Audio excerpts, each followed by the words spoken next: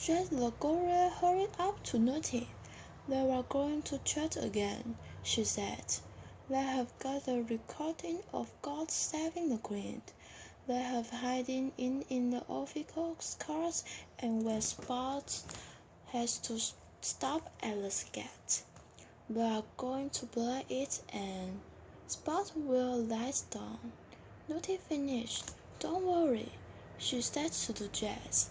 "You are already last, so if Fumi and Nels go clear, that we are all right." "Where is Fumi?"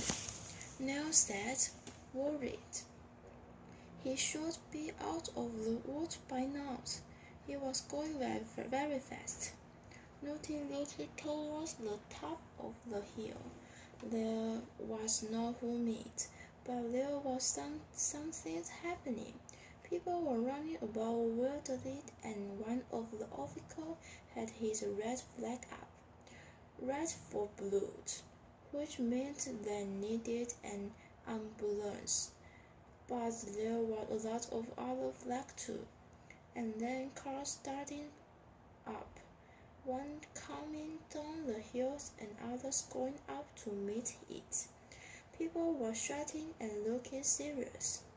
Fumi was in trouble, Nutty realized, and she knew that both Nels and Jess had to get clear round now. But the could also see, from the look of fear on Jess's face, that he couldn't do it. But she knew she could. "Calling Chet," she said, "and so will we. I will write Spot." The others stared at her with open mouth. "But you are the wrong Clovers," said Nell. Gloria got something that she used to make her look brown. "I will put that on my face, and I will wear Jesse's turban. Our riding clothes are all the same, and if I keep moving fast, no one will ever know."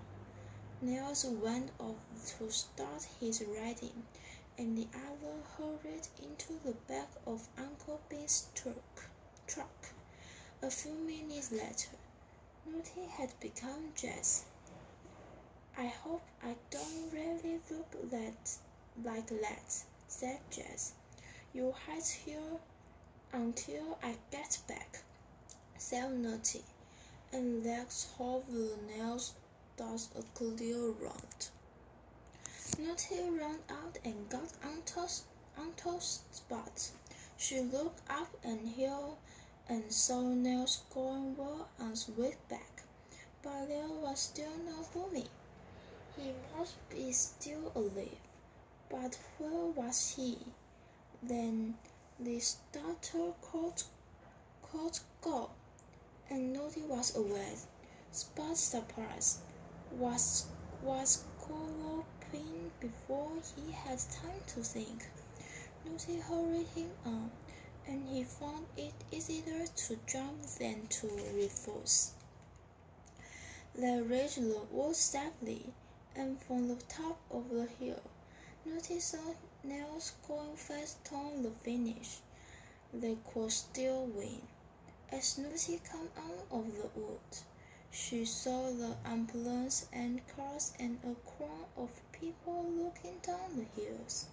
She had no time to see what was happening. She turned Spot towards the next jump. Then Bonnie and Fumi suddenly appeared, coming up the hill from the main road, and galloping very fast towards the jump in front of her. Bones fell over the jump, clearing it by about 2 meters, and Fumi went up in the air and came down again, still on Bonnie's back. Now they were racing towards the gate, and Nutty, not far behind, could see the bones wasn't going to stop until they won the face. The official was standing near the gate, but when she saw Bonnie and Fumi racing towards her, she ran back to her cart. Her son, who was sitting in the cart, ready to bleed, God save the Queen, for Spot was fighting to death.